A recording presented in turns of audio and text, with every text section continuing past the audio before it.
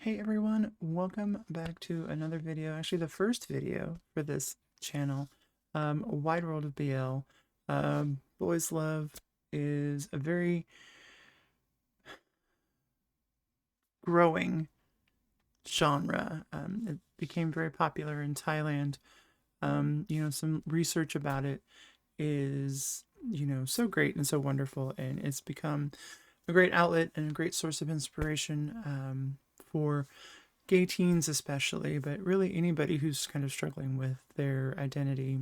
The drama, the intrigue, the comedy, the relatability, I think, is what makes BL such a very popular thing at the moment. And the actors are doing a wonderful job, in all of these little ships that we have going on. It's just the chemistry and the dynamic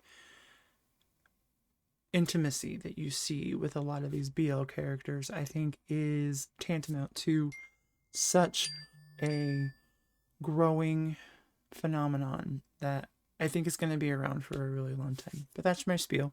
So a little bit about the channel before I get into the reaction. It's going to be my thoughts, my sort of rumorations, my kind of ramblings, if you will. So let's get into it. So we're going to be talking about the very first episode of Bed Friend. Now, I chose this one for a reason, because when I watched it, the on-screen chemistry between Net and James, they they have this spark, this instant intimacy that you could just see in their eyes, and it looked like they were trying so hard to hate each other at first, but you could almost tell just by their on-screen interactions that these two are really close in real life. And we ship them, we do. And I think it's one of those it's one of those ships that I think is going to be almost as powerful as like an Ohm and a Nanon kind of ship. Just the instant spark, the instant relatability, the instant on-screen romance, and ooh, okay. So we're gonna get into it. So if you're not sure what we're talking about, this is what we're talking about. Net and James, look at that. You can just tell from this screen capture that, yeah, it's very a insane closeness. So when we get into the actual episode, for me personally, it was a little hard to watch. I had to kind of start it and stop it in places, especially when Ua would flash back to his mom, sort of almost punishing him in a way, saying that she didn't want a child like that. No child of hers was going to be that way, and he was born a man, and he should behave like a man, and almost like shaming him in a way for being true to himself. And you can kind of see that hatred a little bit going into his adulthood, and the way that he interacts with King. And he's almost hating himself every day for falling deeper and deeper in love with this man. And he's trying to almost train himself to hate as a way to sort of combat all of that hatred that he received from his mother. And so as you get further into the episode, and we have this scene in the karaoke bar where they're getting just trashed, and Ua is kind of realizing at this point that he is incredibly intoxicated, and he's just wondering what's going to happen next. It's like he's fighting it, and ultimately he can't. Like, he just gets so drunk that King ultimately takes him back to his place. And so that scene on the bed was, I think, one of the sweetest moments of the episode, because Ua's laying there, and King kind of looks over to him, and he's like, you're really drunk. And Ua just softly says, I don't want to be alone. Can you hold me tight all night? And, that sort of leads to that insinuated NC scene, right? Where you know that they're obviously going to have some fun time. And so it it's still solidifying inside of his mind that he is, this is who he is. And as hard as it is for him to control it when he's sober, the fact that he's doing all this while he's drunk sort of, it brings back a lot of that for me too, my in my own personal life, and sort of, coming out and coming to terms with who I am and being happy with who I am. We skip to the next morning, and he he wakes up with a smile on his face, like he knew what happened. There was no secret about it. He knew what happened. But then the sort of next morning shaming took effect as he started to kind of look around the room, and then he looked to the side and he saw that King was asleep.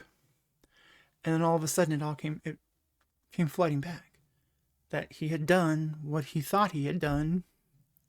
And so he then started to almost like internally shame himself.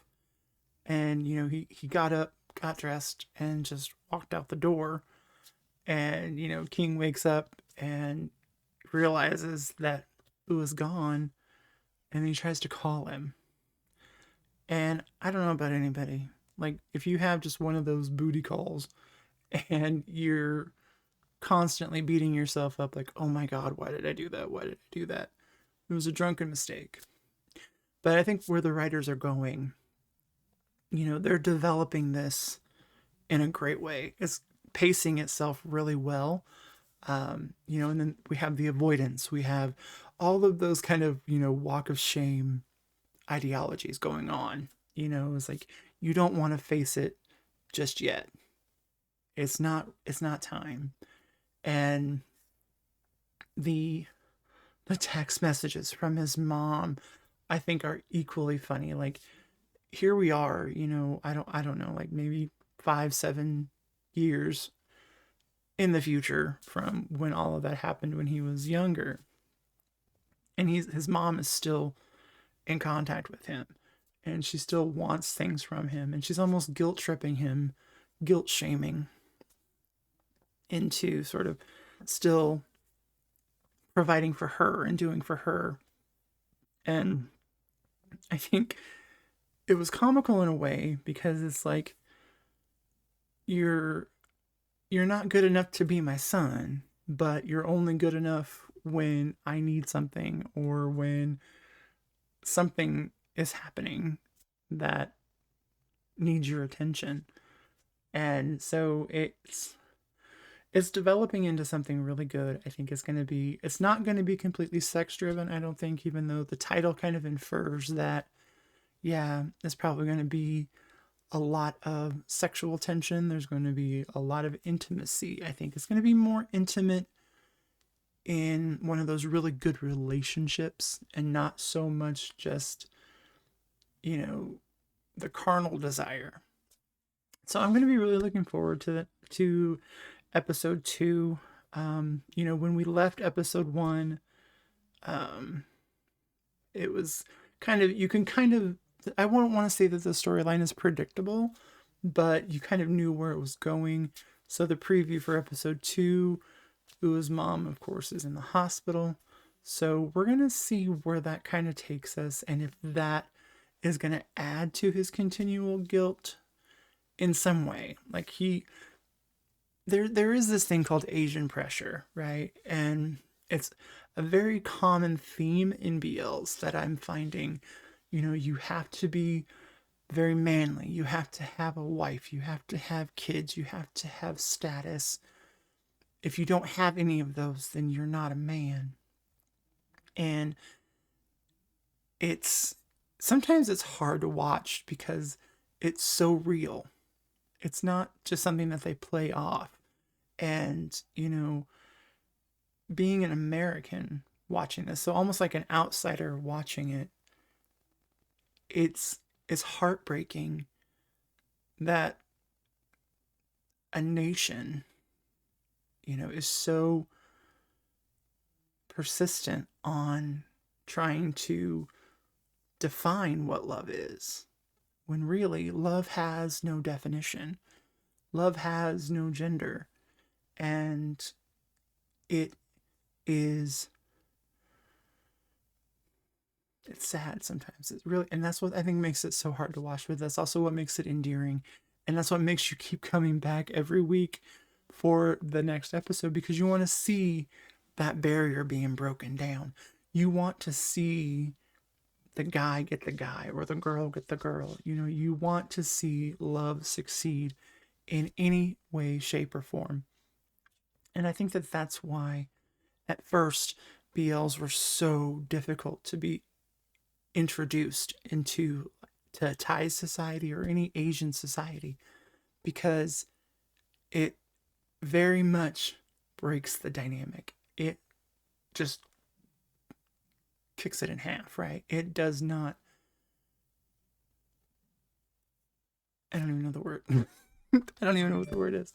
But it makes it so much more enjoyable when the drama ends and everybody's happy at the end. And I think that that's why I fell in love with this genre.